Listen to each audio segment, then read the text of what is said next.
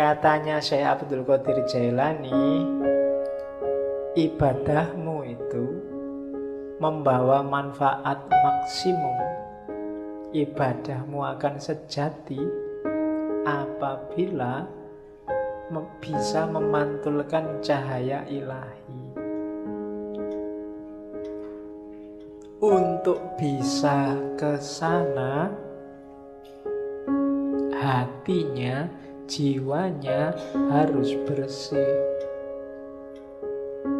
Sholatmu itu akan banyak manfaatnya kalau hatimu jernih, memantulkan mau dan maksudnya sholat yang sejati. Kenapa selama ini ibadah kita rasanya kok formalitas, tidak ngefek sama sekali dengan kehidupan kita? Karena kita ada dalam kegelapan. Orang yang gelap itu kan tidak kelihatan apa-apa. Sejatinya yang dia lakukan dia tidak paham, hakikat yang dia pahami, yang dia jalani juga dia tidak ngerti. Kenapa begitu? Karena hatinya gelap.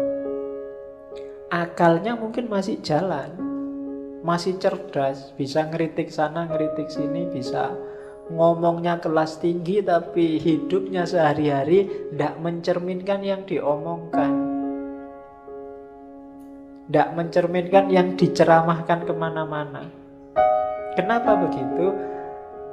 Ya kalimatnya hanya berhenti di mulut. Hidupnya sendiri bukan cerminan itu. Kenapa kok hidupnya tidak jadi cerminan? Karena hatinya gelap. Menangkapnya pakai akal dia canggih, tapi menangkap pakai hati tidak bisa. Kenapa? Hatinya gelap. Nah, maka di antara syaratnya ibadah biar maksimum manfaatnya, singkaplah kegelapan hati. Bersihkan hatimu. Kalau katanya Ghazali, kotorannya hati itu kayak satu titik kotor di kaca. Kalau masih awal-awal, segera kamu bersihkan, mudah. Tapi kalau kamu biarkan lama, apalagi terus ditambah kotoran lagi, tambah kotoran lagi, lama-lama gelap dan membersihkannya susah. Akhirnya yang gelap pun kamu anggap terang, karena kamu nggak pernah ngerti terang. Jadi yang jelek kelihatannya jadi bagus. Kenapa? Karena belum pernah lihat cahaya yang baik, cahaya kebaikan. Sehingga yang jelek inilah dianggap inilah yang bagus. Kenapa begitu? Karena batinnya sudah gelap. Ya semakin mengerakkan membersihkannya tambah susah. Apalagi sama orang pinter. Orang pinter itu barang salah dia bisa muter-muter jadi benar. Sudah jelas-jelas ada buktinya, kadang-kadang ada CCTV-nya, masih bisa bikin alasan biar benar. Itu jagonya akal. Menunjukkan canggihnya akal, tapi sekaligus menunjukkan gelapnya hati. Hati itu tidak bisa dibohongi. Hati itu kalau salah dia akan bilang salah, kecuali dia sedang gelap. Kalau dia sedang gelap ya dia tidak bisa melihat mana yang sejati.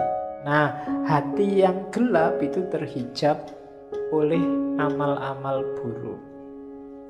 Membersihkannya gimana? Ya agak susah memang, tapi katanya Syekh Abdul Qadir Jailani, ayo diupayakan. Yang pertama apa? Cari pengetahuan. Ilmunya harus banyak dulu. Ilmu apa? Ya yang berhubungan dengan pembersihan batin tadi. Cari ilmunya dulu, jangan ngawur. Nanti membersihkan hati pakai paranormal, membersihkan hati pakai apa? Enggak. Pengetahuan dulu, cari ilmunya dulu. Kalau sudah dapat ilmu, diamalkan ilmunya dengan usaha, dengan keberanian. Tidak ada gunanya ilmunya numpuk, ngaji sampai sesi 140 sekian, tapi tidak ada satupun yang diamalkan. Hidupmu tidak naik-naik kualitasnya. Ada pengetahuan, amalkan. Setelah itu, gunakan ilmumu untuk menaklukkan egomu. Tadi, menaklukkan dirimu. Dirimu harus ada di bawah kendali hati yang jernih, yang bercahaya. Akalmu jadikan pendukungnya. Akal ini bisa dibawa ke utara, bisa dibawa ke selatan. Akal ini pasukan yang paling kuat. Kalau kamu pakai mendukung kebaikan, ya dia kuat. Kamu pakai mendukung kejahatan, dia kuat juga. Anggota DPR itu orang pinter-pinter semua. Dan akalnya bisa kompak untuk mendukung sesuatu yang jadi ya wis kelihatan keliru, tapi bisa dibikin argumen macam-macam seolah-olah benar. Itu akal. Sebentar lagi mungkin perang Korea sama Amerika. Banyak yang tidak setuju perang. Antara yang setuju perang dan yang tidak setuju perang punya argumen semua, masuk akal semua. Itu akal. Kemarin waktu pilkada Jakarta, yang pro Ahok pakai akalnya juga, yang anti Ahok pakai akalnya juga. Itu akal. Maka akal itu tergantung dia dibawa kemana.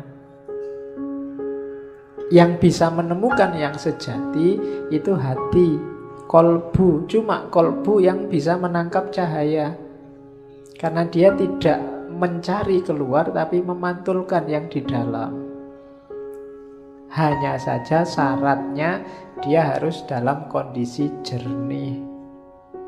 Untuk menjernihkan prosesnya pengetahuan, kemudian diamalkan. Untuk selanjutnya kuasai dirimu biar nggak dikuasai oleh egomu.